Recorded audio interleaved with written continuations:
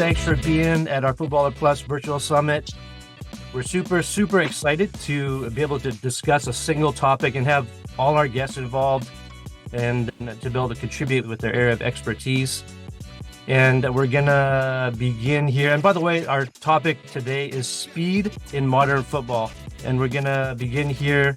Lucas will kick us off, leading us into introducing everyone. Go ahead, Lucas.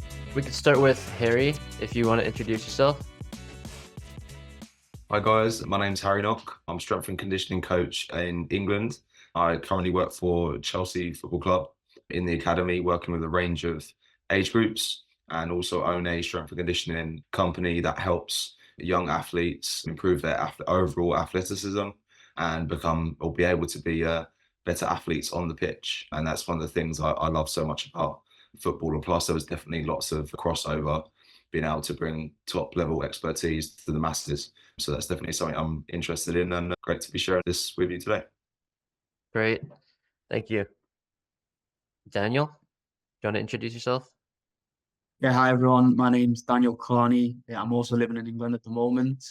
I'm a performance nutritionist, so I've worked as a performance nutritionist for about 7 or 8 years now, across a number of academies in England. And I'm currently working at the Academy of Manchester City. I'm also currently doing a PhD in academy football, and hoping to finish that later this year.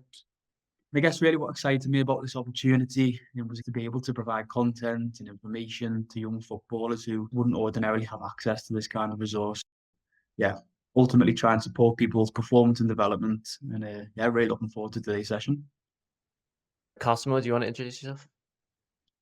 Sure. My name is Cosimo. I am in the US. I am from Italy.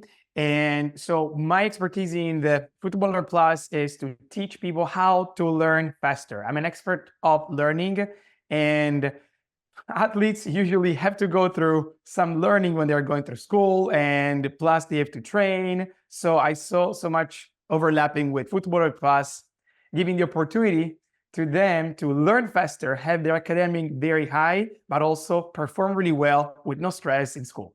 So this is my expertise in this group.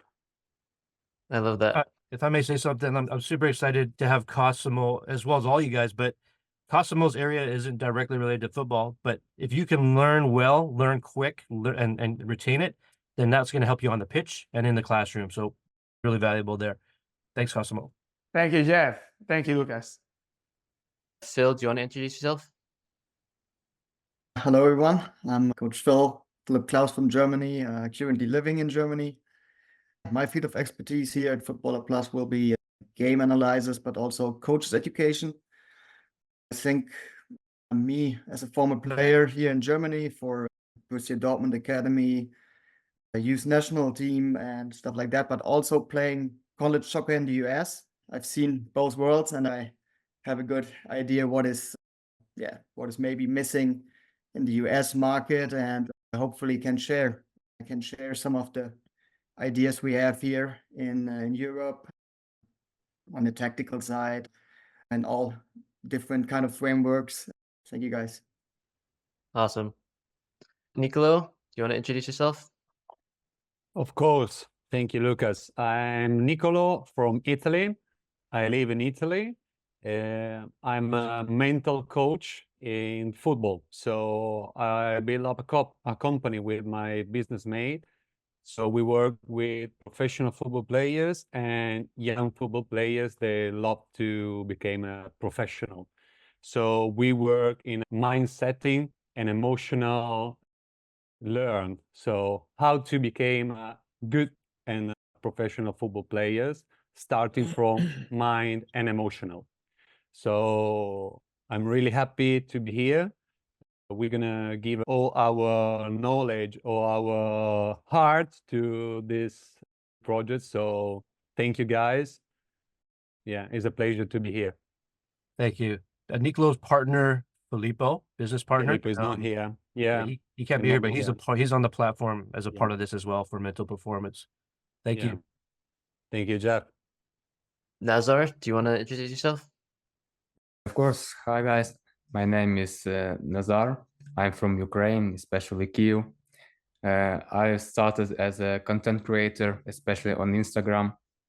it was videos and even currently about individual game analysis.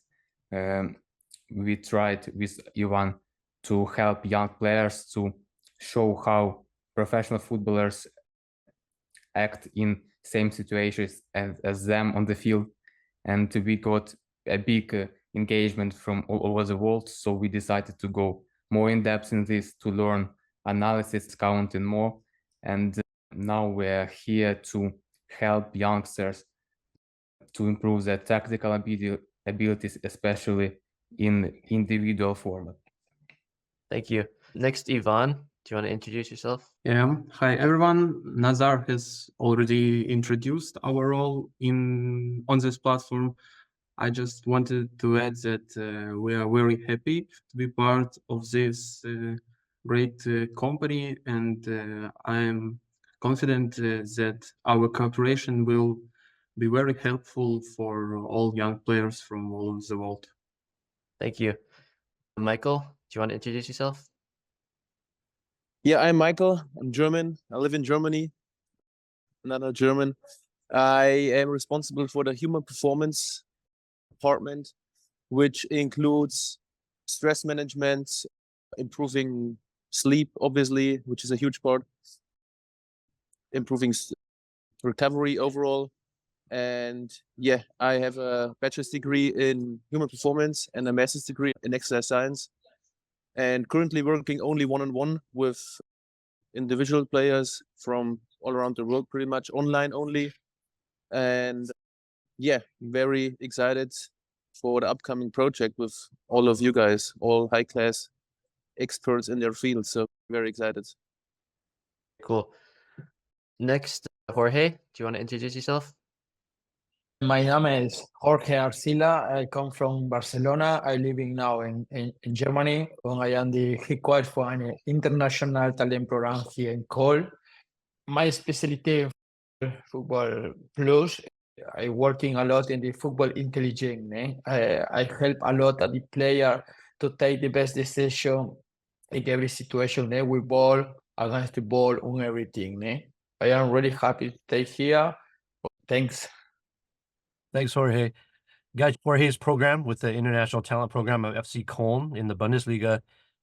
This is actually the program that Lucas will be at starting in July. He'll move there in June to be under Jorge and to continue to develop there for 10 months. So that is the program there. Thanks, Jorge. You're welcome. Thank you. Next, Karsten, do you want to introduce yourself? Yep. Hello, my name is Carsten Efferts. I'm German and I'm born in the city of Cologne. So therefore, first of all, I must be saying to Jorge that I'm very impressed that you in a day like today are able to be in a video chat and not out on the streets to celebrate the carnival. Thanks. Cologne, I know exactly what's going on at the moment in that city. So I'm really impressed.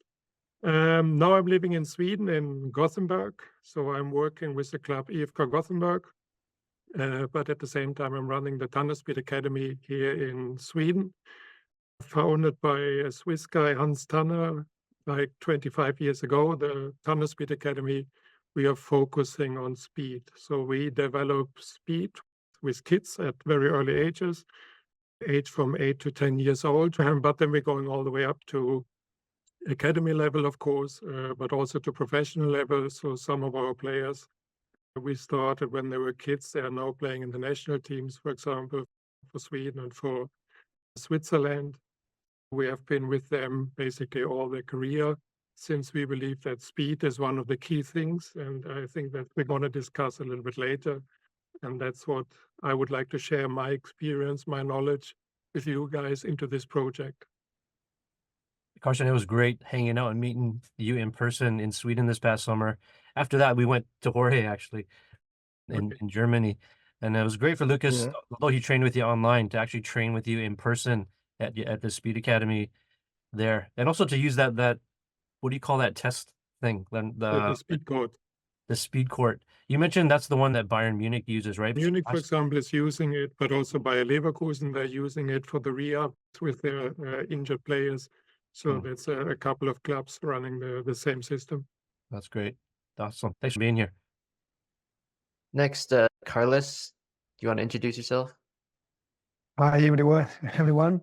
Damiana, diles que si no les importa me he expresado mejor en castellano, que mi nivel de inglés aún es muy bajo. If it's no problem, I would rather express myself in Spanish since my English is very limited and then the interpreter can interpret. Bueno, And sorry for that. Yo he jugado como jugador profesional durante 18 años. Estuve 4 años en el formativo, en el fútbol base del Fútbol Club Barcelona. Y llevo muchos años entrenando desde que dejé de jugar. Y hemos iniciado, desde hace ya algunos años hemos iniciado un programa de prevención de lesiones antes de los entrenamientos para evitar que tanto jugadores jóvenes como adultos pierdan o tengan que perder parte de su capacidad de entrenamiento por culpa de lesiones que se pueden evitar. I have been a pro player in football for 18 years. Then I trained for the people in the football base of the Football Club Barcelona. And then a few years ago, we started a program to prevent injuries. So an injury prevention program to teach players how to hopefully lower the numbers of injuries that they have. Thank you. Next, Alex, do you want to introduce yourself? Well, what do I have to say? I don't know. You could say who you are and where you live. In Norway. And what's your most relevant and important football experience and credentials, if you have any? Alex, if you could just share a little bit about your background in football. I'm sorry? If you could share about your experience with football a little bit. Yeah. I played in Chernomorets, Odessa, it is from Ukraine, and Wisła, Krakow, in Poland. Okay, great. Because I know I've met Alex, if I could just add on to Alex and elaborate and help out a little bit here too. Alex was beginning his pro career as a teenager, and he started to have lung problems and couldn't continue playing like professionally, but he wanted to still be involved in football, and so he started to do social media for football, and he grew up his social media presence up to 2 million followers on the various social platforms. I hope I represented you well, Alex. You remember all? You remember? Yeah. You have read it? I've described it. I've described all you coaches to potential customers before, and I'm interested in you guys. So I appreciate you guys for being here.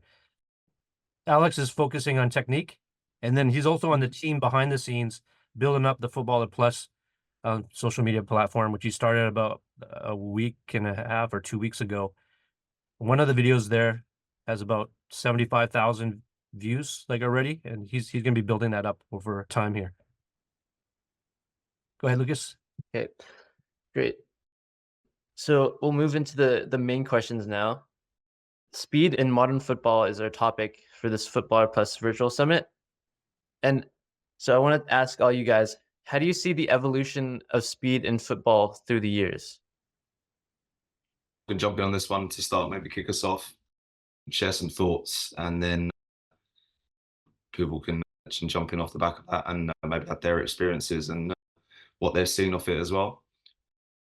I think it's very clear over the past 5-10 years period of time, the game is getting faster, the demands on the body, and I'm obviously going to look at it from a kind of strength and conditioning impact on the physiology and the physical load on the player. But the game's definitely getting more physically demanding. The speeds at which players are reaching on the pitch is getting faster, and the demands to repeat that are a lot more taxing on the player. So I think the game, obviously, it would be really good to get the thoughts from other people on the technical and the tactical aspect of that as well, and how that's impacting the speed of play. From an athlete standpoint, the demands to move at faster speeds continuously for 90 plus minutes now, due to different rule changes and stuff. But yeah, speed in terms of speed development for me is a massive one. I think if we look at some of the top players, even in the top academies, the most successful players that go on to represent the first teams tend to be those top athletic performers. And again, not in all cases, but those top players also have a fantastic athletic capability as well. In terms of developing speed from an athlete standpoint, we tend to think of it in two kind of sections. We tend to think of it as skill development. So, for example, if an athlete came to me and said they wanted to get faster, one of the main things I would say to them is how much you practice in that skill. If that's something you really want to get after and improve, like any skill, it needs to be practiced and nurtured and coached and until you can perform it effortlessly. So there's definitely the skill aspect of that and the volume of training you're doing and how many repetitions you're getting in on a consistent basis. And obviously that's going to compound over time. And the second part of that would be from a capacity standpoint, in terms of force production. Am I able to hit the floor hard, produce lots of force in short periods of time, and then project my body forwards a lot faster? And one of the ways we do that is increasing the athlete's strength level. Then they're able to produce some more force, and then hopefully with that skill element as well, alongside some different training modalities, some power, some speed exposures, some plyometrics, etc. And hopefully that's it. What we've found is it's a really nice combination. You can't have just one or the other, but yeah, combining the two from an athlete standpoint to be able to make them faster so that they can then meet the demands of the game. Because yeah, I think what we're seeing is the game getting faster, and sometimes these bio abilities are falling behind. That's definitely where I would come in on the kind of strength and conditioning and athlete preparation side. It'd be good to hear some other thoughts on that speed aspect of football. Harry, a question first. Working for Chelsea's academy, how much do you see them in their recruiting that speed matters, or recruiting, but also development? Like, how much are they prioritizing that? Yeah, so I'll take those two parts. In terms of recruitment, every trialist that comes in will be physically tested. They'll then be compared to our benchmarks, squad averages in those age groups, and that will all be taken into consideration and provide a bigger 3D picture around the athlete and give context to how much they are developed, their maturation status, how much more is there to work on. Have they got some quite naturally raw speed there anyway? And what kind of areas is it more technical, or do we need to build a bigger athletic engine, enable them to move faster? It's definitely an area they look at when players are coming in.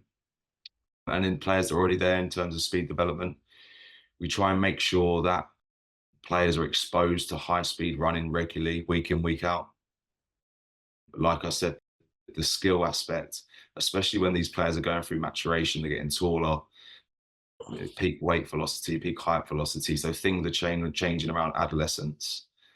And it's really important to relearn the basics of human movement and make sure they're exposed to those skills regularly, especially if they're the skills that we're going to test them on and ultimately judge them on within testing. I have actually a question regarding that, Harry. Yes. Yeah.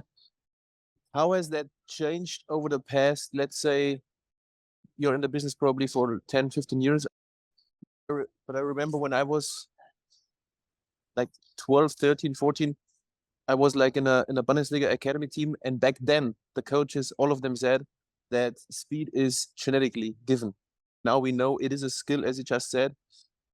So the awareness has changed and improved in regards to this. But back then, and I still remember all of those sentences, speed is genetically given, and either you have it or not. How long are you in the business, and how has that changed over the past 10, 15 years? Yeah, I've been in the strength and conditioning industry for that period of time that you just stated, and I think it is, without a doubt, it is something that is based around your genetics. Like, it has a fundamental standing within your genetics. But I think what we aim for as coaches is, can we raise the ceiling of that? For example, we tend to call it like genetic potential. Yes, you may be slightly faster than everyone without any training, or that happens quite naturally. But we as coaches may be able to give you greater skills, greater knowledge, greater coaching, greater capacities to raise that ceiling even higher. You could have two players, one that's maybe naturally quite fast as a young athlete, and then another athlete that's maybe not as naturally fast to start. But raising the ceiling of that athlete by giving them really good information, training, coaching, strength and conditioning, make sure in the gym, make sure they're doing the right things, that player might actually, alongside maturation and things like that, they might actually catch up with that person. Or what I've seen is, if that person's really consistent over time, they actually overtake that player due to a lot of different factors. But yeah, agreed. It definitely has changed. I think the scope for being able to change these bio abilities that we once thought were, you're either strong or you're not strong, you're powerful or you're not powerful, you're fast or you're not fast. I think the scope now is definitely there to manipulate those and push those boundaries, and hopefully change those outcomes and those outputs. But great question. Thank you very much. If I may jump in here as well, I think also one of the things, I like the expression of genetic potentials, Harry. I think that's very important, that we're reaching the full potential of each player, and that you do by teaching skills. I think also one aspect that is coming into the place is injury prevention, because you might have a very high genetic potential, you might be very fast, but if you're not using the right technique, you also might be more injured due to that, because your body structure is not able to cope with the speed. So I think also developing the skill for injury prevention is also one key aspect we have to look at. And also to what you said earlier, Harry, when you said the force production, I think also one thing which is key in running fast is the cadence, the frequency of steps. For example, I took one example from Mbappé. When I analyze him, in less than 2 seconds, he's basically taking one more step than the defending player. So this is actually giving him the speed. But to develop the possibility to make those quick steps, that is learning, that is teaching a technique, that is teaching skill. And I think here, where not only the genetic potential is helping, but really, as you said, you have to do it on a regular basis. You have to do it from young ages. You have to develop your coordination so that your neuromuscular system is able to do those kind of quick movements when they're required. So therefore, I think it has to go together, the force production, but as well as, for example, that your neuromuscular system is able to do those quick movements we need to. Definitely agree there. Some great points. Related to injury prevention, Carlos, what are your thoughts specializing in injury prevention? Daniela, básicamente lo que más estamos reforzando nosotros es a nivel de core, aductor, glúteo, porque son zonas que sufren mucho durante los entrenamientos y no se trabajan lo suficiente tanto a nivel de recuperación como de potenciación. Entonces eso a la larga acaba produciendo, o hemos comprobado que acaba produciendo muchas lesiones. So what we do is we try to focus on everything that is the core, the abdomen, the glutes, because we feel that those are areas that suffer the most in training, but they are perhaps not worked with the most in power training. And we feel that's what causes most of the injuries during training in Y otra time. cosa, Ahí estoy totalmente de acuerdo con lo que ha dicho anteriormente, no sé quién ha sido, me parece que el entrenador de Alemania, en Noruega, que más allá del trabajo de fuerza, lo que hay que hacer también es un trabajo de aprendizaje de técnica de carrera para prevenir todas estas lesiones, que muchas veces vienen dadas por malos apoyos, malas zancadas. Y no solo eso, sino hacer un adecuamiento de esa técnica de carrera a las acciones propias del fútbol, que eso es realmente lo que es complicado. And also I'd like to say that I agree with what the other coaches said, but I think that besides strength training, another very key thing to do is sprint training, running training, race training, because a lot of the problems that come up are usually caused by stepping wrong with the foot, putting the wrong part of the foot first when you're trying to run or do a sprint. And then after that, we can work on running and race training applied to football and the specific skills that football needs. No es lo mismo correr el atleta que corre 100 metros lisos o 200 metros que el futbolista que está todo el rato haciendo sprints cortos, cambios de direcciones, saltos. Because it's not the same an athlete that runs 100 meters flat compared to a footballer who is sprinting, changing directions, running all throughout the whole field in the whole game. Is definitely not the same. Charles, can I ask you one thing? Because you work in injury. What do you think about especially the muscles injuries? Because everybody also now speak about injuries in terms of problem with the feet or how to train on and stuff like that. But what do you think about the relationship between mental or emotional unhealth with injuries? Mm. Damiana, can you? Yes, of course. Thank you. Dile. Sí, Carls, perdón, te quería preguntar, vos que estás en lesiones, quería preguntarte cuál es tu opinión acerca de las lesiones musculares, porque creo que mucho se habla de los pies, de cómo uno apoya al correr, la planta del pie, de cómo uno entrena, pero ¿crees vos que hay alguna conexión entre las lesiones musculares o lesiones en general y una falta de salud mental, quizás? Bueno, muchas de las lesiones, muchas lesiones se producen en estados de concentración bajo.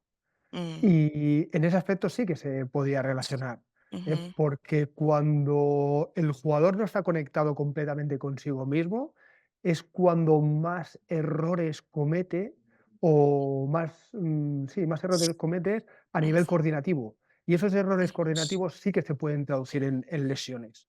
En cambio, ok, cuando un jugador está realmente concentrado, es cuando menos lesiones se producen en el transcurso del entrenamiento. Obviamente siempre hay lesiones que no se pueden, que te dan un golpe, una torcedura, pero sí que realmente cuando uno no está realmente concentrado en la tarea que está haciendo, es cuando mm, hay una probabilidad mucho más alta, al menos eso bajo nuestra experiencia. okay. Yes, many injuries occur in situations where the player has low concentration. They're not focused on what they're doing.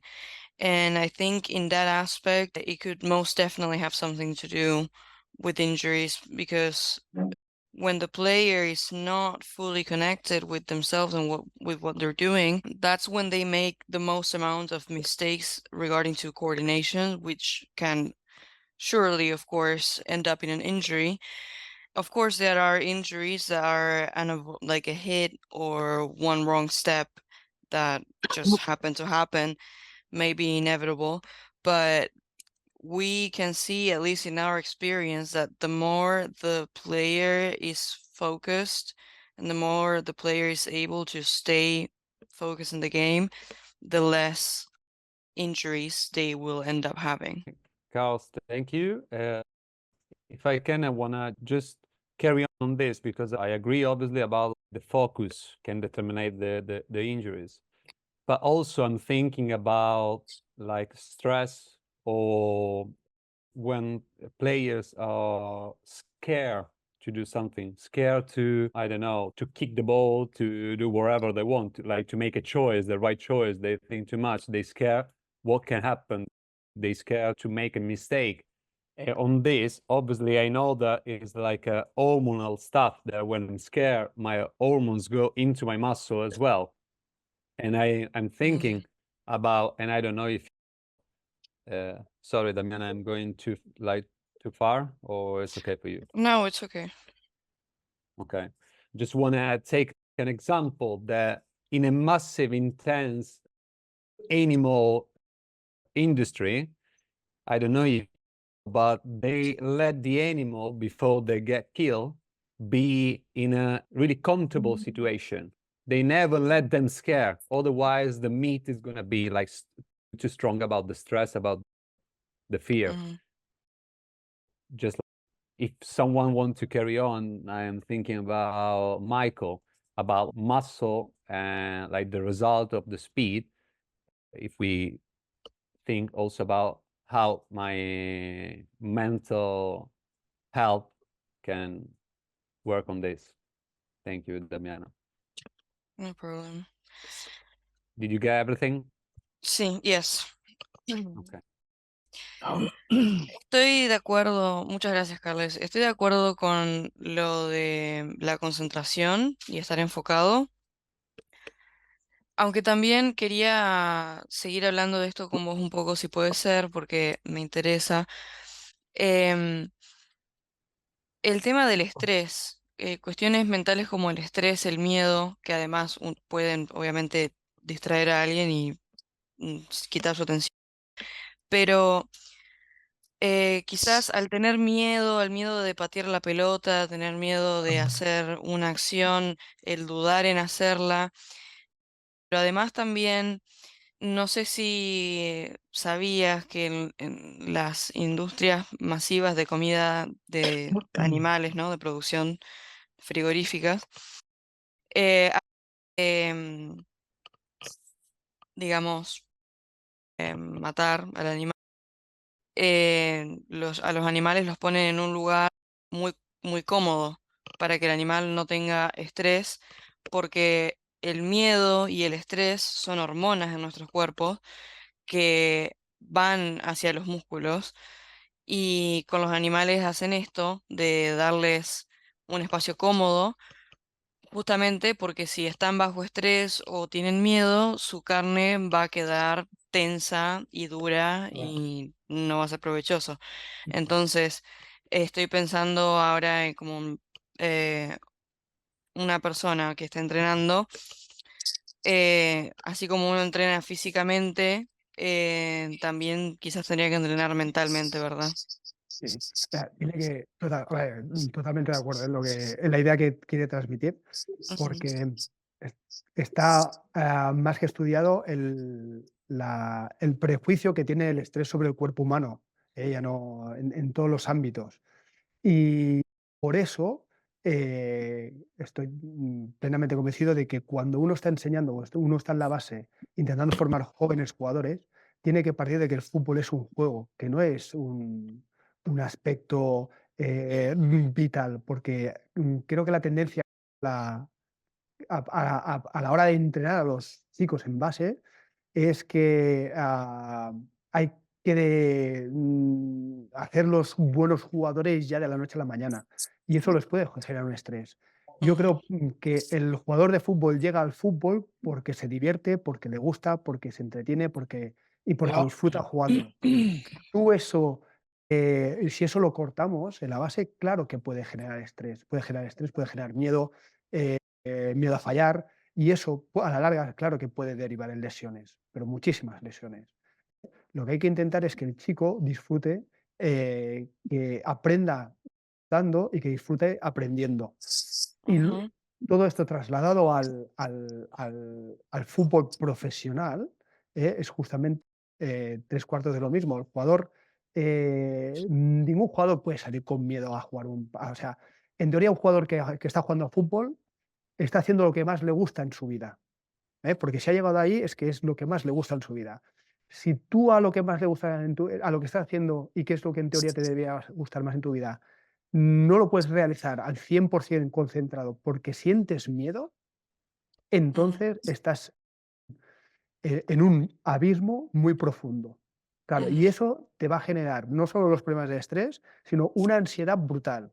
Y eso, en algún momento de la vida de un futbolista seguro que lo has sentido, pero contra menos tiempo pase eso, mucho mejor. Claro, bueno, no sé si me he enrollado demasiado, Damiana. Sí, perdón, es que Sí, sí. necesito que sean oraciones un poco Sí, ya. cortas y concisas para poder interpretar bien. Es complicado, por eso. Sí, bueno, tira millas y ya veremos, a ver cómo sale. Sí, sí. Em, sorry, Jeff, he was just apologizing for going on for too long. Dice Okay. que me enrollo demasiado a veces. Yes, he says I went on for too long. I got too carried away. Yes, I completely and totally agree with what you say, Nicolo. It has been studied and it has been proven the effects, the negative effects that stress can have in our body and our mind, especially in prolonged amounts of time. And we really care about that where we train, and we try to focus. We think that the most important thing is to focus on knowing that football is a game. In the beginning, when you're starting, we notice that a lot of kids, they expect to become pro players from night till the next morning, like from one day to the other. And that doesn't only put you under massive amounts of stress, but also massive amounts of anxiety. And at some point, that will have its toll and its effect on your body and your mind. Obviously, that can take to distractions, injuries, the hormones in the muscles, as you mentioned. All of this has been studied and has been proven. So we think that the most important thing is to do what you enjoy and enjoy what you're doing when you're playing football, because if you are trying to become a pro player, then you're probably someone who loves football and you've always loved it and you're doing it because it's your passion. And so you should be enjoying it and not put yourself under massive amounts of stress and anxiety more than the game already gives you, because it would only be worse for you. Thanks for contributing, guys. I want to give other people a chance to comment on the evolution of speed in football throughout the years, if anyone wants to comment on that. Yeah, I'll go ahead. Yes, we already heard. I think we all agree that there is a big increase in speed. And if you look at the data, there are way more sprints. Each player, each game, everything's getting faster, especially on the physical side.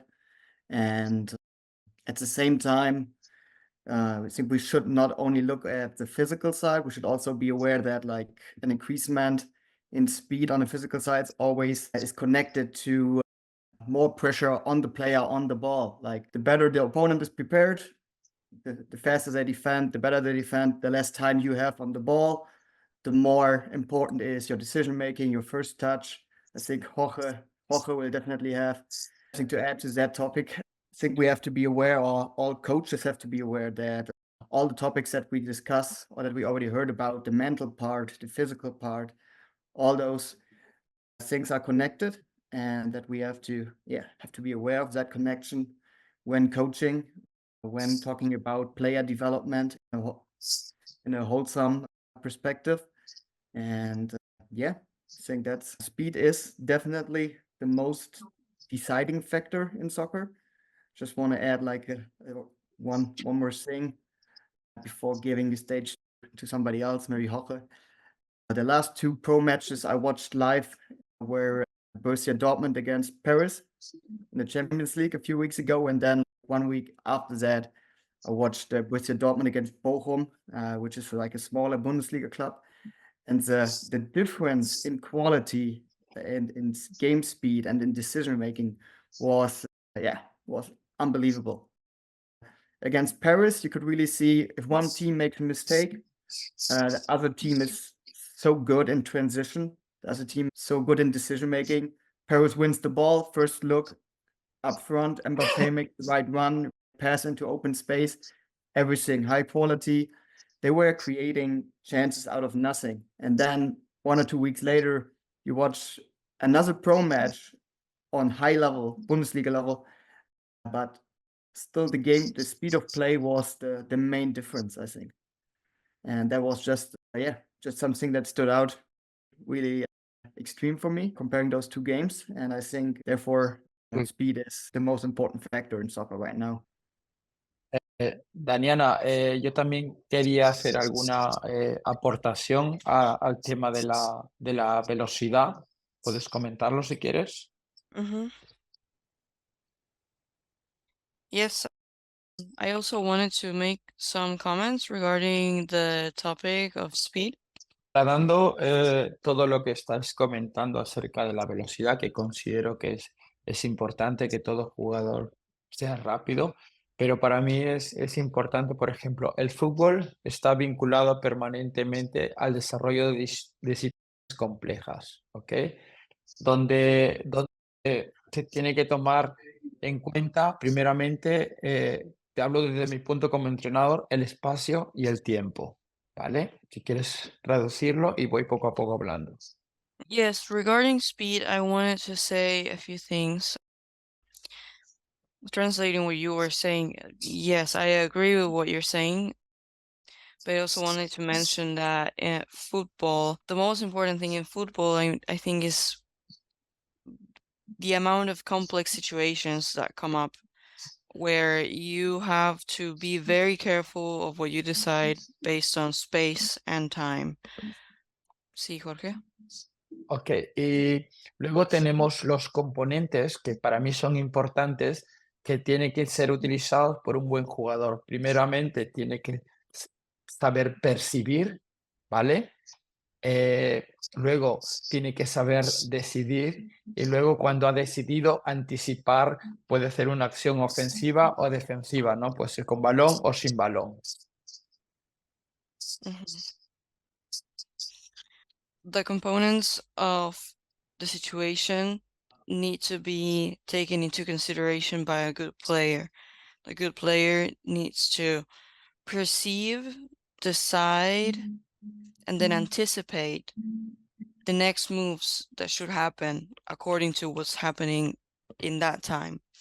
And then the player will decide if they anticipate with a defensive move or with an offensive move, with the ball or without the ball, but taking all of these components into consideration to make the decision. También tengo que recordar lo que comentó Carlos, el fútbol es un deporte complejo que obviamente se juega con los pies, ¿vale? Y si lo trasladamos al juego, vas a tener rivales o oponentes, cuando vas a realizar la velocidad o la conducción del balón en una situación de contraataque, tendrás que evadir rivales. Tendrás que hacer cambios de direcciones, tendrás que hacer todo tipo de regates, pero para todo esto también necesitas percibir y tomar una decisión acertada, que al final va a ayudar al equipo. And also, just like Carlos was saying, football is a very complex sport that you play with your feet. So besides having to run, you will have to make decisions. You will have to skip people, do regates, speak back and forth, turn around, and make lots of decisions that will, in the end, cooperate for the whole team and help the whole team. Y es importante también saber que la velocidad, siempre lo he dicho, es buena para un futbolista, pero hay tres cosas que el jugador tiene que saber realmente, ¿no? ¿Cuándo utilizar la velocidad? dónde utilizarla y cómo utilizarla, que eso es muy importante. Depende de la situación, porque las situaciones en el fútbol cambian en espacios de segundos. Entonces el jugador tiene que estar predispuesto a tomar una buena decisión. This reminds me of when Lucas was in Germany with you, and then at the end of the week, I asked you what's the difference with North American players and European players, that's the young footballers as they're developing. Jeff, I didn't get to interpret what he said before. Should I? Jorge, did you understand me for that part? Jorge, Yeah, ¿entendiste lo que yeah. dijo? Sí. Yes, he Sí, understood. dile que sí. Okay, I'll elaborate for everyone else. When Lucas finished his week of training, he was checking out Jorge's program there in Germany. At the end of that week, we had a conversation. I asked Jorge, yeah, what's the difference between North American young players and European young players? And Jorge said the North Americans tend to really focus on the physical attributes, speed, size, strength. And a lot of them, they receive the ball and they immediately want to dribble. And but sometimes they don't know what to do, so they just dribble. So he said they're good at some of those things, but some of the things that they're deficient in because of the football environment here is decision making. So like the football intelligence with decision making, and then also the technical ability. So I just want to make that comment because I just remember that conversation with Jorge and how important that is. And so that's how we got in a further conversation to invite Jorge on this platform to contribute with his football intelligence program. And I think this is super important because so much of speed is how you think. Because if you don't think too well, it's already too late. You're just playing catch up. Does anyone else want to chime in on this? Actually, you know what? If I could just ask, Nazar, you sent me a presentation earlier that was related to this speed of decision making in football. And so Nazar and Yvonne, they're focusing within our platform on game analysis as well as Phil. But maybe you guys can comment. I'll put your guys' presentation on my screen so you guys can talk about this and you can take off or build on what Jorge was talking about. So I'll try to put this on my screen. Hopefully this doesn't take up the whole screen. If it does, we'll just adapt to it. You can already start talking, Nazar, and I'll just put this on. Okay, thanks, Jeff. I just want to add Phil's thoughts and Jeff's that if you are extremely pacey, but your mind can't keep up with your legs, there is no need to get such physical preparation. For example, we have Mikhailo Mudryk, you all know, also from Ukraine, extremely pacey, very explosive. The dream of each coach, I think, in physical plan. But now he has some problems in Chelsea because of his mind's preparation. I think he can't cope with such a tempo of the game. He doesn't see all variants to continue an attack. You always see that he tries to dribble the ball, tries to attack immediately, and often loses the ball. So we think that the mind should always be on the first place. If you can't think fast, there is no need of any physical abilities. And I hope Jeff will turn on some videos about De Jong and Pedri, how they think, not the fastest players, but thanks to their abilities of think, of their decision making, they drive the game. The most important here is the player like with De Jong, like with Pedri, is no faster player about his position in the field, his pre-orientation, he is scanning the whole time. If you scanning good, if you pre-orientation good, if you adapt your body, you are faster than the rest while you list the intention for the opponent. That is the idea and for the good player. For me, as coach. But I think speed is good, but for me, the speed for the hit is more better. Exactly, Jorge. Yeah, we can. Circling back to what Jeff earlier said, like the difference between the North American understanding and the European understanding. I think there are some players that in America probably wouldn't have made it pro because they don't fit like the scouting criteria in the US, like size, speed. Players like Luka Modric, or whatever, players of that type, many central midfielders that wouldn't have been scouted in the US, that wouldn't have been called a talent or whatever in the US because they don't fit the bill in the US. But then at the same time, I think in the US market often is overlooked that there are different demands for different positions. Like in the center midfield position, there's more demand for mental speed. But like Jorge said, mental speed, decision making is in that position maybe is more important than the physical. The overall importance of physical speed is definitely there and it's growing. But at some positions, I think the mental speed is more important. And that's often overlooked in scouting in many clubs and also by coaches all over. Yeah, I think that's one part that's a little underrated. Oh, I want to say too, this is the Philip say is correct, but sometimes depend the idea for the coach. Ne? Sometimes coach he want to play combination. Sometimes player he want more try to defend. Or sometimes player he love the counter attack, the transition. It's depending the idea of the coach, depending the quality of the players. You decide when is the moment to use the speed. Ne? I may jump in there.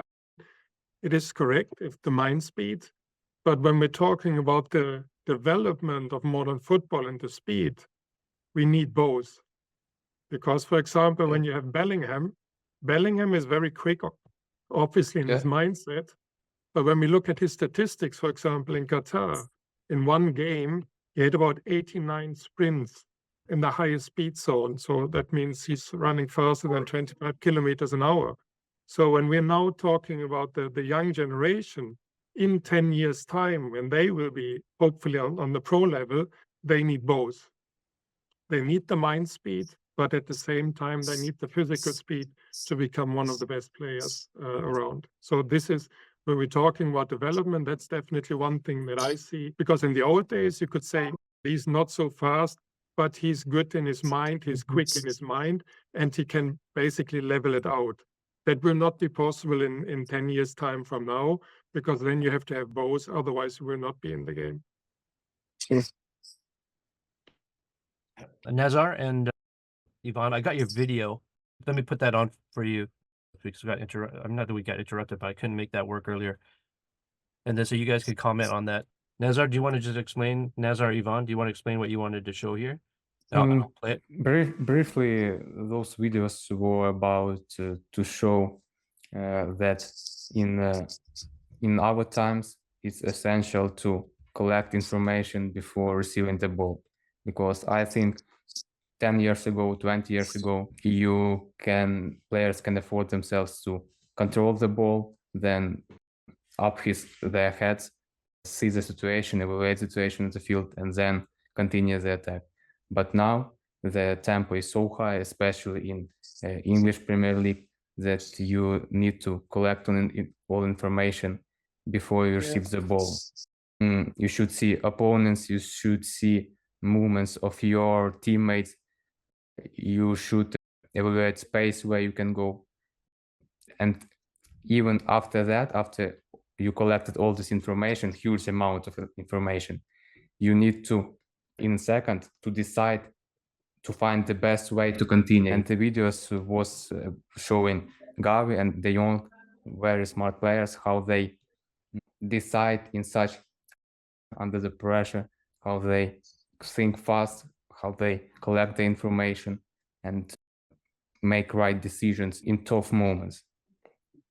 Yeah, and I wanted to add that I think in YAS academies now, many coaches are focusing more on some physical qualities like strength or speed, and Only few of them are focusing a lot on such a tool as scanning, which is really crucial today, especially for central midfielders. And you can see when you're watching players like De Jong, Pedri, Gavi, that they are constantly scanning the field. And before they receive the ball, they already know what they will do next, and they can evaluate the field. I want to tell about you the this is very important for the all player in the moment que receive the ball. It's clear pre-orientation, scanning the whole time. Where's my teammate? What is the opponent? What is the space? Everything. But I need as coach to see not only the player can receive the ball, the all player. While the rest player, you must help. You must help in the moment que the player have the ball. You must stay in any position que the player will see. While you are scanning the whole time, or your teammate is behind the opponent, we lost time. That is, we need the collaboration from the all player. Not everybody must help in this situation. It's my opinion. Yeah, I agree. Cosimo, which is our learning strategist that's on our platform, that's going to help players with their learning both on the pitch and in the classroom. Cosimo, I want to get him in the conversation because he has a limited time with us today because they have a major like program that they're doing today. He's taken time out to get into that, to be here for that in the middle of the program where he's at. You guys are in Florida, right? So you're 3 hours ahead of us here. Cosimo, speed. You are incredibly fast with your brain. Super impressive in terms of how quickly you can learn, how quickly you can read, how quickly you can memorize. How do you see this, and how do you see learning strategies contributing to this? I don't think a lot of people have thought about this aspect, so I'm really excited that this can be a part of our platform and a part of the conversation. Yes, absolutely. So first of all, hi everyone. I loved all the conversation you had. I see your expertise and I really enjoyed understanding how the mental can improve the speed of people, also how your expertise, your like nutrition and all the others can improve other people's performance. So I really believe that if you are working with kids that want to become professional athletes, I worked with many athletes from basketball, football, any other areas of athletes. And they always have the same common block, which is they have to perform very well in school and they have to also train for many hours to have the performance they want for their sport. So what happens is, let's understand actually what I do so you understand a little bit better. I teach people how to learn faster and retain information forever. So basically, no one really taught us how to learn, just what to learn.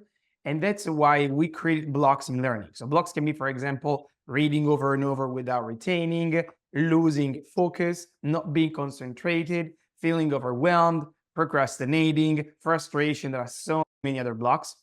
Now, what happens is they create those blocks because no one gave them a method to learn. Like also in sport, if you don't have a methodology to follow, they are going to make mistakes. And plus, they can get injuries, they can receive blocks. That's what I'm trying to say. So the same about learning. Since I'm working with many families and players, also some of them became very professional players, the common thing is they can't study as much as the school requires them to have the grades they want if they want to perform a lot in the sport. And vice versa, if they want to perform a lot in sports, they can't.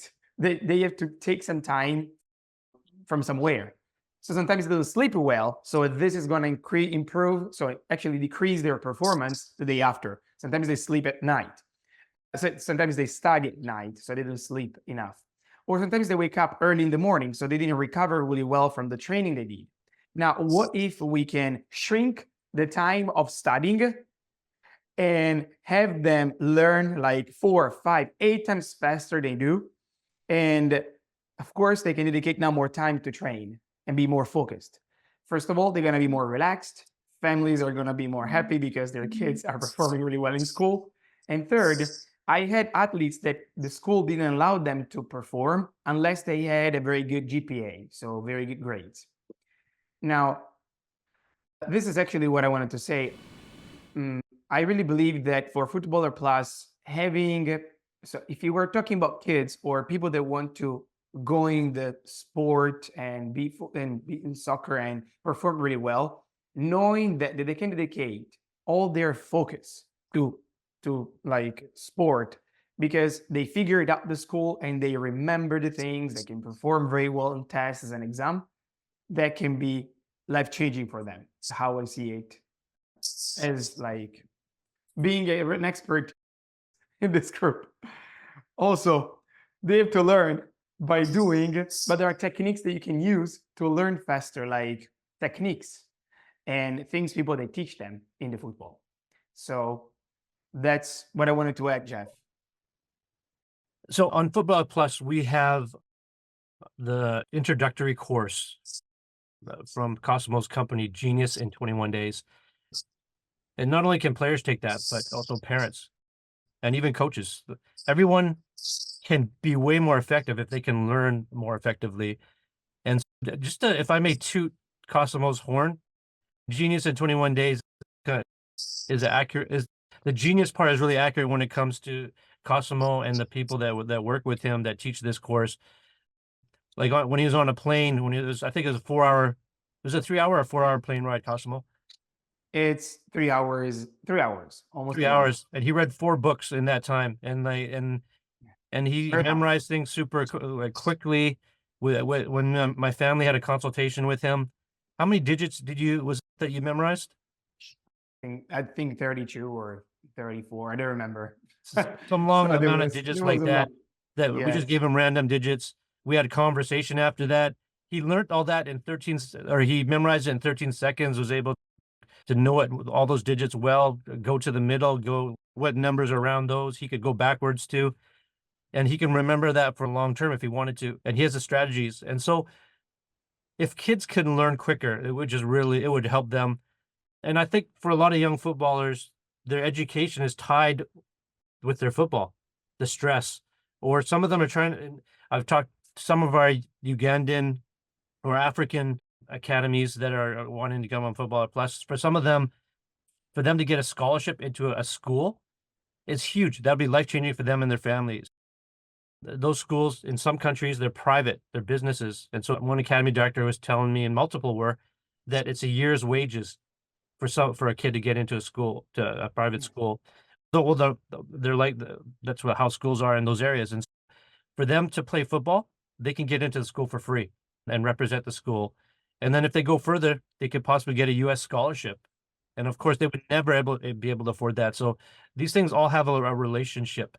And so also when you coach kids as coaches, if they can learn, if they can intake information, comprehend, know how to file these things in their head, this is of immense value for them. They have more room in their heads to learn and to play the game without stress. Cosmo, thank you for that. Anything else you want to say about that, Cosmo?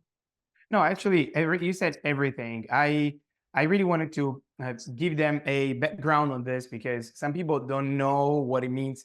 I mean, what it means like learning faster. Some people think, oh, learning faster, I can read faster, but not everyone can really do it unless they know how their brain likes doing it.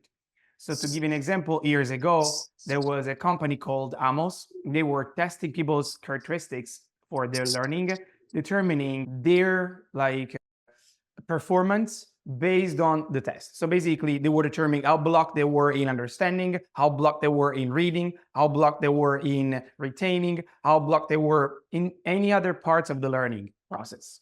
So after 20 years, they opened those tests and they, based on those tests, predicted their future results based on those blocks. And so basically, they were right 99%, but they never gave them a solution about it. So Genius in 21 Days was the ring connector with this company. We bought the test. And so what happened was we were able to now customize on each person's characteristics after 60,000 happy customers that we have right now. we can customize a method with their precision on their brain. And so they can read 4 times faster, retaining 8 times more, or becoming 10 times more productive and focused in everything they are going to learn, study, or retain. Now, of course, this was for adults, this was for kids, this was for anyone else that wanted to really learn. And the fact they were performing better in school allowed them, or performing better in education in general, allowed them to feel good about extra things they wanted to do. They really enjoyed to do it.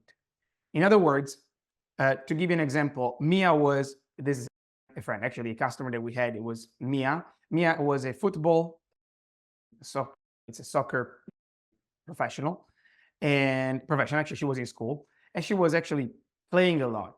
But what happened is, she said she was training 3 hours sometimes in a day, or 2 times a day, more than 6 hours. So it was like incredible how much she needed to train for this.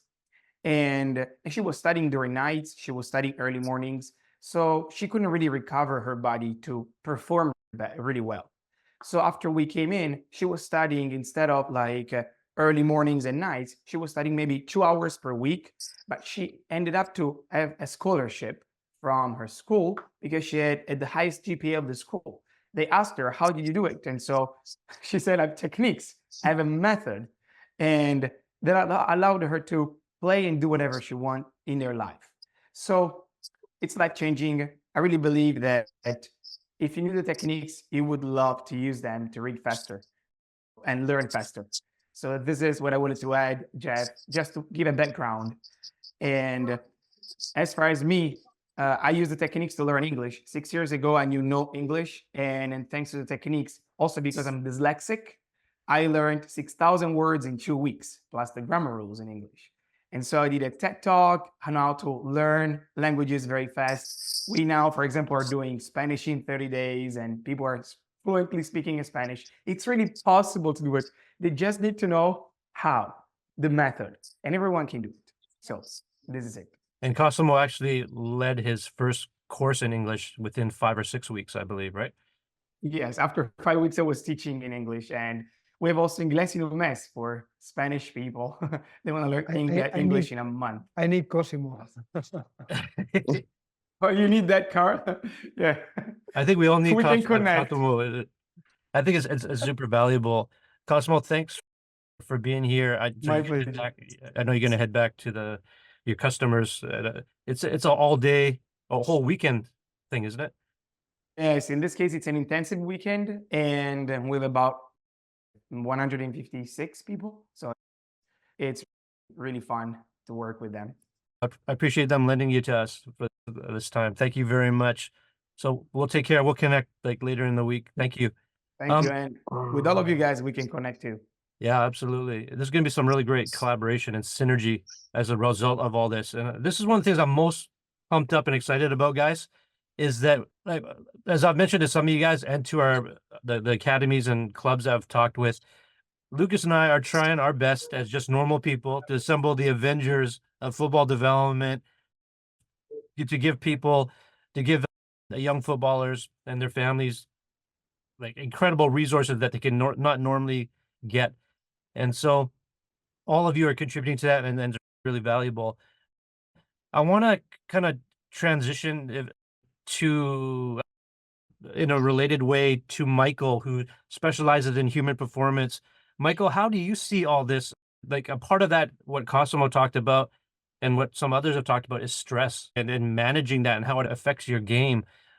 Carlos mentioned that as well.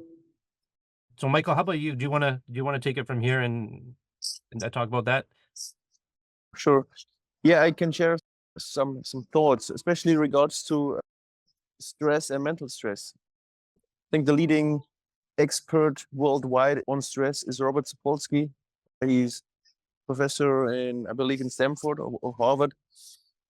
He has a big book on stress, and if there is one key learning out of the book, it's basically that our body cannot differentiate between physical and psychological stress. So that's a very big takeaway. So like the more you stress yourself, the less you are able to stress yourself physiology, or in a physical way. So it's basically like this sort of stress bucket. We all know this like analogy, stress bucket. The more you fill in, obviously, the fuller it gets. As said, like your mental stress takes up the same space as your physical stress. So that's a very key learning. Ways to handle that mental stress is obviously like outside of the football pitch is meditation, breath work, some calming music, some sort of what else? Like recovery overall, I would say the biggest takeaway is if you want to become faster, let's say now on a physical manner, you have to adapt. And in order to adapt, you obviously need recovery. Because if you train 6 hours a day or 3 hours a day even, it might be too much. And that's where the recovery part plays a huge role in order to actually adapt, because otherwise you're just breaking down. If you only train, you don't give yourself enough time to actually heal, to actually adapt. So there's always a stimuli and a recovery period, and then you transition actually to become better in whatever you're training. And since I'm also very interested in nutrition, I want to actually pass over to Daniel, because he is obviously the leading expert in nutrition. Like, how do you guys handle? There is not much difference between fueling for speed or fueling for football in general. But what are your thoughts on this topic? Yeah, no, you hit the nail on the head there, really. I guess from a nutritional standpoint, we try and view the body almost like a car, really. I guess you could have a Lamborghini or a Ferrari, you could have the quickest car in the world, but if there's no gas or no petrol in it, it's not going to go anywhere, is it? From my landscape, really, that the first thing we think about when it comes to speed and being able to produce those bouts of high intensity regularly in a game, it is essentially just fueling, really. And I guess when we're talking about fueling, it's really carbohydrate availability. Now, when it comes to fueling for a game, this generally would start the day before. I think it's I guess a common misconception that the pre-match meal is time where you're fueling up for a football match. It really starts the day before. If we have a 3 o'clock kickoff on a Saturday, when the lads would wake up on a Friday, that would be the time to start fueling for the game.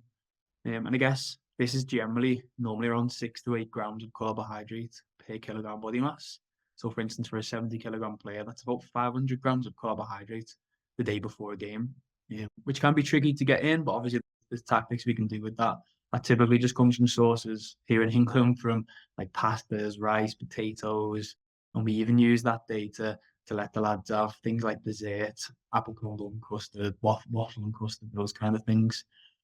I guess then when it comes to the match day and we get to that pre-match meal, and we obviously want your typical like fueling sources, but at that point we're really looking for like fruit intake.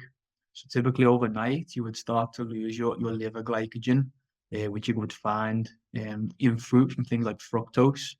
So that's probably where we prioritize that kind of stuff.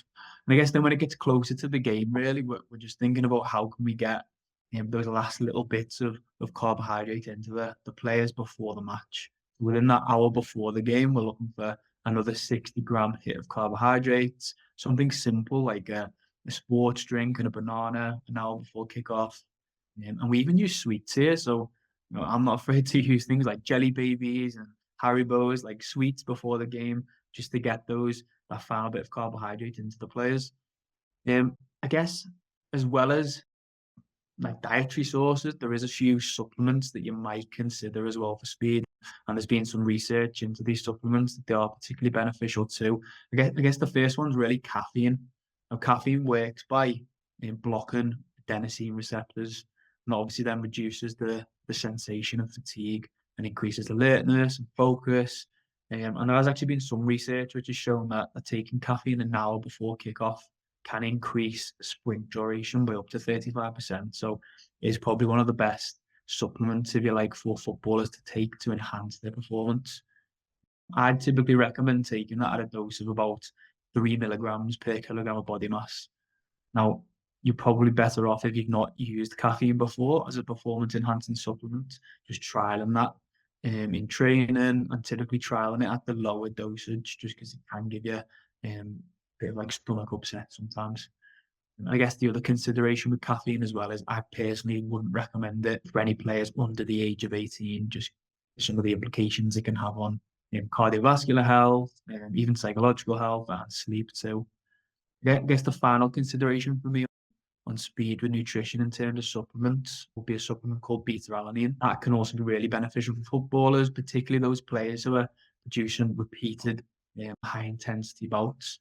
And the way beta-alanine works is it binds with something called carnosine, and that increases the muscle's buffering capacity. So in essence, it will just delay the onset of fatigue and facilitate recovery from high intensity bouts. For instance, if you're a winger or a fullback who's bombing it down the line and producing those high intensity bouts, you need to then be able to get back and do it again, get back and do it again, potentially for up to 100 minutes these days in football. In terms of research on that supplement, there is one study which has reported that supplementing it at 3.2 grams per day for 12 weeks improved performance during an intermittent recovery test. So not specifically in football, but I guess that does then have is transferable to the other football, if you like. Well, Daniel, man, you know your stuff. This is gonna be so helpful for developing footballers. This is gonna be great. I remember, like, we got different advice for caffeine. Like, it was okay to do it a little bit younger. But here's what happened with Lucas. Lucas, maybe you could even comment on this, but we found that it made Lucas antsy, like jittery, when you're drinking too much coffee when you're beginning. On the drive there, he felt sick. And then it made anytime he was going to be nervous for some reason, it made him more nervous, more anxiety. Anything you want to say about that? Describing that. Yeah, I just remember being like really nervous before a game or something when I take it. I guess I'd be nervous already, but I guess it just amplified that feeling. Yeah, and I did take 100 grams or milligrams, sorry. I don't know if that was a lot, but And he's not a coffee or tea drinker, and he doesn't drink hot soda either. So yeah, you're saying a lot of stuff I've definitely heard before. Really, I think in terms of getting a bad stomach, that is something that can happen with caffeine intake. And I guess that sort of anxiety you're feeling, that again is something we would see more in the younger players, really. When you said you've taken 100 milligrams for an adult, that might not be a lot at all. That could just be something as simple as a cup of coffee, because it's all relative to body mass. So 100 milligrams over a much smaller, younger body is going to have a much bigger impact than what it would do in an adult. Again, I would always recommend trialing it in training or at much lower doses, and see how much you can tolerate. Generally, anything above 3 milligrams per kilogram of body mass is not really going to have any additional impact, and perhaps could be detrimental to performance. But I guess, again, if you look at it, almost think about it, layering it on top of each other. You could take caffeine to the correct dose, but if you're not fueling yourself with the correct amount of carbohydrates, it isn't really going to do much at all, to be honest. Which is why I always recommend any player, but particularly young players, start off with those basic foundations of can we just, first of all, get sufficient carbohydrates intake the day before the game. it was interesting because with the anxiety that Lucas faced from that, we dealt with it with mental performance. But it was one mental performance coach helped to identify that it might be the caffeine, and then also dealing with the stress management. We're trying to just deal with it from a mental performance point of view. But this goes to show how so many things are tied together, like the stuff you intake into your body, what you're dealing with mentally, how you can perform physically. I noticed with Lucas, and he's noticed that when he feels stressed, you can't think it, like you're stuck in your thinking. You can't think quickly anymore, and you're worried about what you're gonna do. So it's interesting how this is all tied together. Yeah, absolutely. And I guess some players might actually that increased alertness, which might have transpired as anxiety for Lucas. For some players, that increased alertness might actually be channeled into increased performance, more alertness. Yeah, that's another reason why for the younger players, I would generally not recommend it so much, because are they in that position where, first of all, physiologically, it's just not fantastic for heart health for a young person to be taking such high caffeine doses. But also, are they in that correct mental state, to know how to channel that, increase the awareness. What's your thoughts on amino acids and electrolytes as supplements for footballers, and at what age? Yeah, I think first of all, in terms of electrolytes, it's probably a bit of an easier one to provide an answer on. If we're referring that back to speed, electrolytes are really going to help with that fluid retention and obviously increase your hydration status. Now, we know that your hydration status, if you're dehydrated, given that a lot of your blood is actually made up of water, your blood volume will then decrease, your heart rate will then go up, your blood pressure will go up, because obviously your body still needs to pump around the same volume of blood to produce the same physical output. Now, if your blood volume is down based on your hydration status, your body has to do something to keep up with that. And obviously increases your heart rate and increases your blood pressure. Then obviously aren't great for things like concentration and those physical outputs in games. I guess electrolytes, really, I'm personally not too worried about younger people taking them because they're generally in a lot of food items anyway. So that's an easy one, really. Generally about an hour before any sort of training or games, there's a good chance to have them, but then also within the hour after as well, to try and replenish those electrolytes that you might have lost during the session. When we think about like amino acid supplementation, it's not something that I would typically recommend, particularly again in young developing athletes, just because we try to go with this food first approach. Actually, we can get a lot of the amino acids we need in our diet anyway. You might get some people with certain dietary requirements, like a vegan, for instance, who may need certain supplementation, but that's all treated on an individualized basis, really. Guys, one of the things that Daniel and I started talking about that comes out of my conversation with academy directors around the globe is culture-specific diets. Like in our neighborhood in Canada, there's a lot of Indian people. It's an Indian neighborhood. There's a lot of Punjabi-specific people. So one coach said, he asked a kid on his team, what did you have for breakfast before the game today? And he said, a piece of roti, like flatbread. And that's it. The coach is thinking, how are you going to last like the minutes of the game, and how are you going to perform with just rotis? And then for Lucas and I, growing up here in Canada as Chinese Canadians, like we have a partially Western diet, but we have a partially Asian diet, and it's multi-Asian and multicultural. We have Indian food too, but a lot of times the cultural aspects of diets don't get talked about. And so we're going to try to explore this with Daniel, and African kids in Africa eat food that is different and so forth. And some of them might suffer from some malnutrition even in the poorer parts. So we're going to explore some of this, which I don't think gets talked about a whole lot. And I'm excited to do that. Thank you. Does anyone else want to chime in any of this in regards to how, actually, maybe we can, for the last like few minutes, if it's okay with you guys, we'll just go a little bit beyond 10 because we started late, maybe 10:10. How do you guys think your area of specialization and the combination of everyone's area of specialization, how do you think this is going to contribute to the young footballers' development if they can take advantage of it? Does anyone want to chime in on this? I don't mind going. I think it's the collective information from different angles, and I think like we would look at a football player and what things they need. I think having a wealth of knowledge from different areas is just going to help them to be so much more better informed, to make better decisions within their training, whether it be physical, technical, tactical, from a nutrition standpoint, from a mental standpoint. And I just think that, the well-rounded wealth of really detailed, high-level top information is just going to help them to make better decisions in the short term, and then obviously stack those decisions in it, compound into the long term and the longevity of their performance. Thank you. Yeah. You know what, for Lucas growing up in Canada, because Canada is a developed nation and we have some of the resources, like some financial resources, we could tap into some coaches here and there, but we also couldn't tap into all you guys. A part of Footballer Plus is trying to create access. And as I talk to academy directors in developing countries in Asia and Africa, there's no way that they would have access to all you guys. Typically, there's just no way.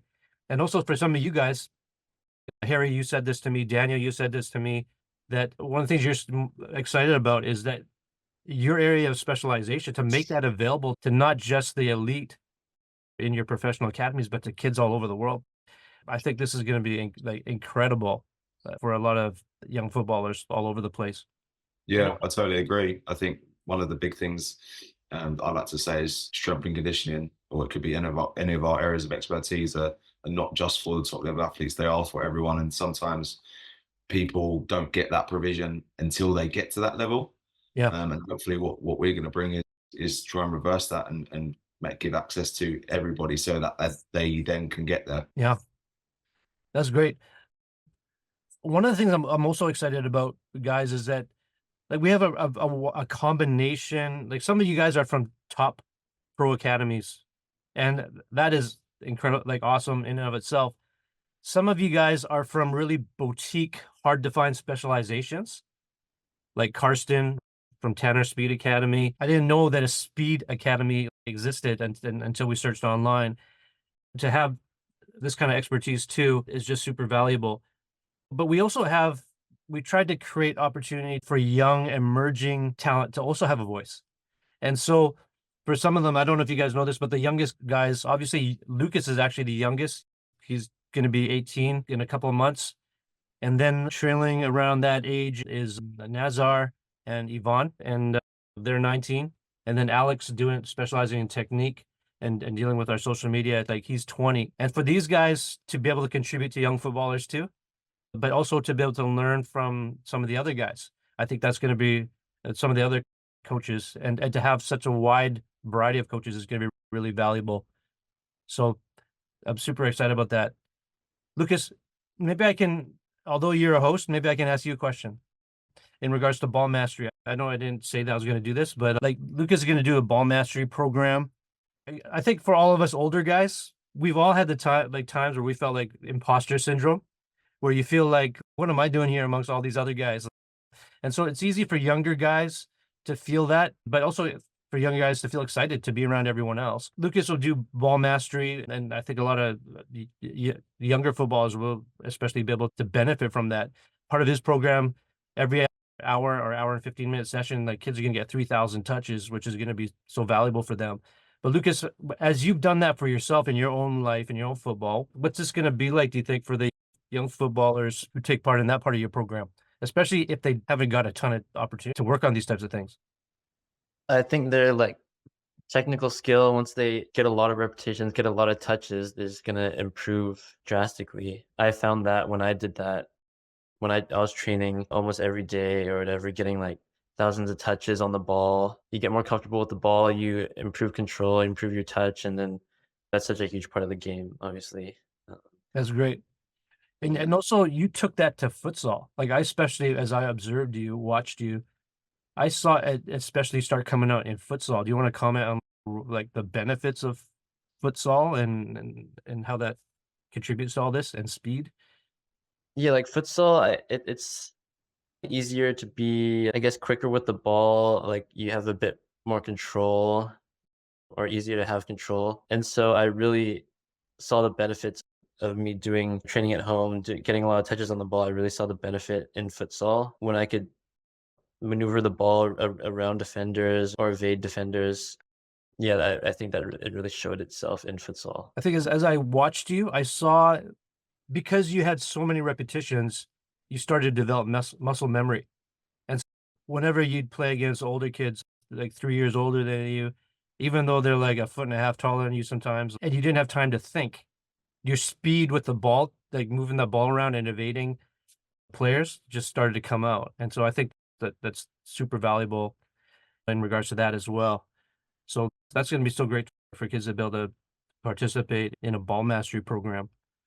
Does anyone else want to add a few more thoughts before we tie things together in regards to how your individual area of specialization will contribute to young footballers on Footballer Plus, along with the combination of everyone else? Anyone else? I think I just want to stress or circle back to what Harry already said.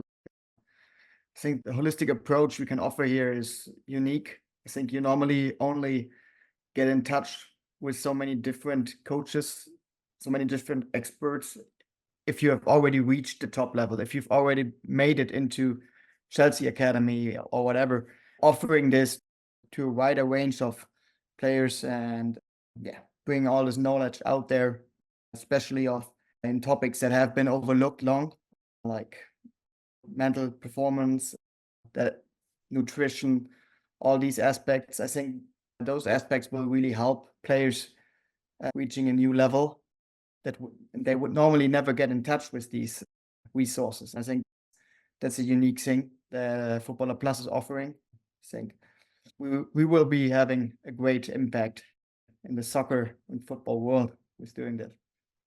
Great. Anyone else? Okay, maybe one last thing. Carlos, one of the areas that we didn't talk about there's also an area of specialization for you is methodology. So Damiano, maybe you could begin to translate. I'm midway through that sentence. Yes. Sorry. Do you want me to repeat? Yes, please. Okay. So Carlos, one of the areas that you specialize in addition to injury prevention is methodology. And I want to ask, how do you see methodology playing into speed? Speed. Okay. Thank you. Carlos, te quería preguntar acerca de una de las áreas con las que trabajas, porque sé que si bien trabajas con prevención de lesiones, también trabajas con metodología, ¿verdad? Quería preguntarte un poco acerca de qué opinas de la metodología que se tiene que utilizar para la velocidad, para el trabajo con la velocidad.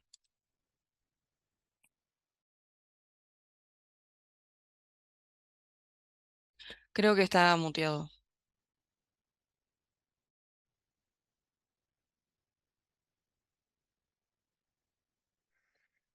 Vale, ¿ahora me oyes? Sí. Sí, ¿no? Vale. Digo que la importancia de la metodología para mí, sobre todo en la formación, es muy trascendental. Porque lo que yo me he dado cuenta en la experiencia que llevamos entrenando es que si cada entrenador enseña lo que buenamente puede, lo que buenamente sabe.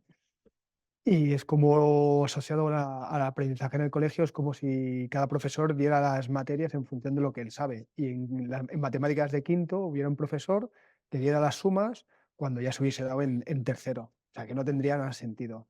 Lo que hace la metodología es estructurar todos los contenidos futbolísticos a aprender para que el chico, en su etapa evolutiva, Tenga pueda progreso. aprenderlos. Sí, en el progreso evolutivo pueda aprenderlos de la forma más coherente a su edad. En cuanto a eso, y a nivel de trasladarlo a la velocidad, yo más que traslado a la velocidad física, de que un jugador se traslada de un punto a otro, más que nada lo trasladaría al proceso cognitivo de entender la velocidad en el juego. Y quizá ya es demasiado eso para que empieces a traducir. Sí, gracias. Perdón, Carles, ¿cómo dijiste lo último que dijiste? De lo último, de que trasladado a la velocidad más que física, Más que física, al entender la velocidad del juego. La propia del Sí. jugador, más que nada, a enseñar a aprender o a entender la velocidad del juego. Ok. Gracias. Sorry, Jeff, I was asking for clarification. Yes, regarding the methodology, I think the most important thing is the formation. This is very important because each coach is gonna train with what they know, and they will do their best as they can. But that would be the same as if you go to school and they teach you to add up in first grade, and then in 10th grade they teach you to add up again. There will be no progress, there's no logic there, you're just stagnant. So the methodology is very important in order to give coherence to everything that they learn and give it structure. And I think that methodology is more important, not precisely applied to speed, but more like applied to the mind of the player, so that the player himself can understand the speed of the game and how things are happening around him. That makes sense. Sorry, para enseñar al jugador cuándo tiene que progresar en el juego, de qué manera hacerlo, de si en qué momentos debe ir rápido, en qué momentos tiene que ser más preciso y ir más lento. Todo eso son cosas que hay que ir enseñando y de forma gradual. Porque cuando empiezas a entrenar con los chicos de 8 años, ves que cuando coge el balón solo quieren ir hacia adelante, independientemente de la situación táctica en la que se encuentren. So with the methodology, we care about teaching the players when and how to react, and when to react fast, when to react more precisely, and how to understand everything. Okay, that makes sense. Carlos, I noticed that different cultures of football have their own methodology. And this is one thing that's been fascinating to me personally. Like for you have Barcelona in your veins and in your DNA. You grew up playing in La Masia. I know you mentioned to me that you had the opportunity to play like against like Xavi and Messi's and Iniesta's generation, etc. And you've also coached in Barcelona's academy. Barcelona has its own culture and its own methodology, and of course that's influenced Spain, but Spain has other methodologies too. But Spanish football and its methodologies, if you could say, is different from Italy's, which has a different emphasis, and different from Brazil, different from Argentina, different from England. How do you conceptualize that in terms of speed? What culture has a different emphasis on a certain type of speed, maybe physical speed? Another one, maybe a culture has a different emphasis on the speed of the ball movement, maybe rather than physical speed. Sorry, Damiano, that's a little complicated. It's okay. You got that? Yes. Okay, great. Carls, me habías contado, bueno, ya lo sabemos, pero lo cuento para los demás, de que habías trabajado, Si bueno, quieres, saltate esa parte que ¿qué? la he entendido por la traducción del de esto. Si quieres. Okay. Lo último que no entendí es la pregunta, dijésemos. Okay. Sorry, Jeff, he said that he actually understood half of it through the caption, so I'll just say the last bit that you asked. Great. Sí, pregunta que ¿cómo notas que difieren el fútbol, digamos, en cada lugar? Porque cada lugar tiene un fútbol, unas tradiciones futbolísticas y técnicas diferentes. De Argentina, de Brasil, de España, incluso de Italia es diferente, aunque sea en el mismo continente. Em, ¿Cómo crees que se diferencia el fútbol español en cuanto a la velocidad? Quiero decir, algunos quizás tengan más importancia por la velocidad del manejo del balón y no la velocidad en sí física de la distancia que uno corre, por ejemplo. ¿Qué notas vos? Obviamente, mira, en el fútbol profesional lo que vale es ganar, ¿vale? Y tú tienes que ganar en función del equipo que tienes. Por eso hay muchas formas de jugar a fútbol. Y si yo tengo a Xavi, Iniesta y Pedri, lo que no haré será jugar en largo a que me cabeceen balones y ganar segundas jugadas porque no tiene sentido. Entonces, lo que hay es gente que piense muy rápido, que sea capaz de estar mirando el juego antes de recibir el balón para que una vez tengan el balón ya sepan lo que tienen que hacer. Y esa ha sido la apuesta de España. La apuesta de Brasil es sacar el talento individual de cada jugador a nivel individualmente para que superen a los adversarios. Tradicionalmente Inglaterra es fuerza física de balón largo, segundas jugadas. Ok. Sí, me paro, ya luego ya sigo. Sí. Sí, es que preguntaba por España particularmente. Sí, ok, traduzco eso. There's a lot of ways to play football because it's a very complex sport and you have to do your best with the team that you have.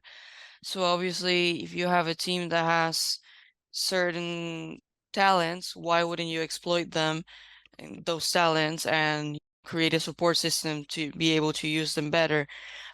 But I think definitely in Spain, the tendency in the last few years has been to prioritize the speed in ball mastery specifically. In Brazil, on the other hand, they try to pump out and exploit more the talent of each individual player and bring out their talent. In England, they have their own ways. Sí. David, una cosa. Has dicho de ball mastery y no es de ball mastery, es de Okay. circulación del balón. Porque es Okay. completamente. Okay. Correction. Not ball mastery. Ball circulation. Yeah. So, Carlos, you're saying the emphasis has been on ball circulation? Moving the ball Dice around. que ya se enfoca en la circulación del balón en la cancha. Sí, totalmente. O sea, Yes. viendo vídeos de incluso del Barça de hace 20, 30 años, la circulación de balón o sea, va a una velocidad muchísimo más alta que entonces. Y para mí eso lo que ha hecho es que los jugadores se tengan que acondicionar a todo este ritmo de juego mucho más alto, como mejorando también físicamente, junto con el avance de las ciencias o sea, físicas de biológicas, de educación física, de toda la evolución a nivel de lo que es la fuerza, del desarrollo de la fuerza en los jugadores de fútbol y los jugadores en general. Yes. Yes, Jeff, precisely. Ball circulation around the pitch. That's what they're focusing the most on in Spain. You can definitely see the difference even if you look at matches from 20 years ago. The difference in the speed of the circulation of the ball throughout the pitch is massive, and this forces the players to also adapt themselves and have to become really fast thinkers because the game becomes quick and you have to make decisions faster. It requires a whole other level of preparation. Yeah, thank you. You guys, our time has come to an end, and I just want to turn over to Lucas, who's going to bring this thing to a close for us. Yeah, we'll draw this to a close. I just want to thank everyone for coming. Thank you for taking the time and contributing to the discussion. And I hope that we'll be able to do more virtual summits like this in the future. We'll get some feedback from you guys outside of this, but we're thinking we might want to do this like once a quarter on a different theme, maybe once every 3 months, and use this to contribute to the ongoing thinking and development of football. Yeah, so again, thank you so much for participating. We're super pumped to have you guys and to hear all these different perspectives and contribute to the conversation. Thank you very much. So coaches, after I stop the recording, I just want to have you guys stick around for 1 minute and then just for a few words. But thank you. And this draws our first Football Plus Virtual Summit to an end. Thank you very much.